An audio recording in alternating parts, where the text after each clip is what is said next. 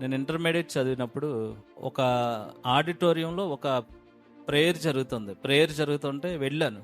వెళ్ళిన తర్వాత ఎవరో ఒక ఆయన కీబోర్డ్ ప్లే చేస్తుంటే నేను కూడా ప్లే చేస్తే ఎలా ఉంటది, ఎప్పుడైనా ప్లే చేస్తానా, నా ముఖానికి ఎప్పుడైనా కీబోర్డ్ వస్తుందా, నాకు నేనే తిట్టుకున్నాను. మా నాన్నగారు అప్పటికి రిక్షా తొక్కేవారు అనమాట. మా నాన్నగారు చూస్తే ఎలా ఉంది పరిస్థితి, నేను కీబోర్డ్ ప్లే చేయటమేంటి, నేను కొనటమేంటి అనుకున్నా. అయితే ఇంటర్మీడియట్ చదివినప్పుడు మా కాలేజ్ పక్కనే ఒక ఇన్స్టిట్యూట్ పెట్టారు, మ్యూజిక్ ఇన్స్టిట్యూట్. ఆ టైంలో మా నాన్నగారు రోజుకి ఒక ₹5 ఇచ్చేవారు అనమాట కాలేజీకి వెళ్ళినప్పుడే. అలా ఖర్చు పెట్టుకున్నా. అయితే ఇన్స్టిట్యూట్ చూసి అరే నేను మొన్న అనుకున్నది ఇక్కడ ఇన్స్టిట్యూట్ పెట్టారు, ఒకసారి వెళ్ళి కలుద్దాం అనుకున్నా. అయితే వాళ్ళు ఏమన్నారంటే మంత్లీ వైజ్ 300 పే చేస్తే ఇలాగ కీబోర్డ్ నేర్పిస్తాం మీకు అన్నారు. ₹300 మా నాన్నగారిని అడిగితే ఎవరో. నేను ఫస్ట్ మంత్ ఏం చేశానంటే ₹5 ఒక చిన్న బాక్స్ తీసిన బాక్స్ లో ఇచ్చినవన్నీ నేను ఖర్చు పెట్టుకోకుండా బాక్స్ లో వేసా. ప్రాక్టీస్ చేయడానికి కీబోర్డ్ కూడా లేదు నా దగ్గర.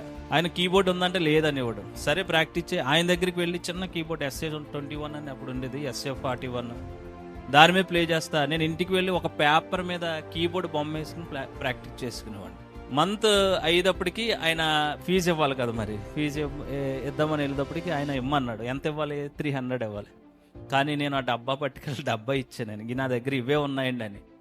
ఆయన చాలా బాధపడిపోయి నీకు ఎప్పుడు ఉంటే అప్పుడు ఇవ్వు అన్నారు. అంటే అక్కడ స్టార్ట్ అయింది ప్రయాణం.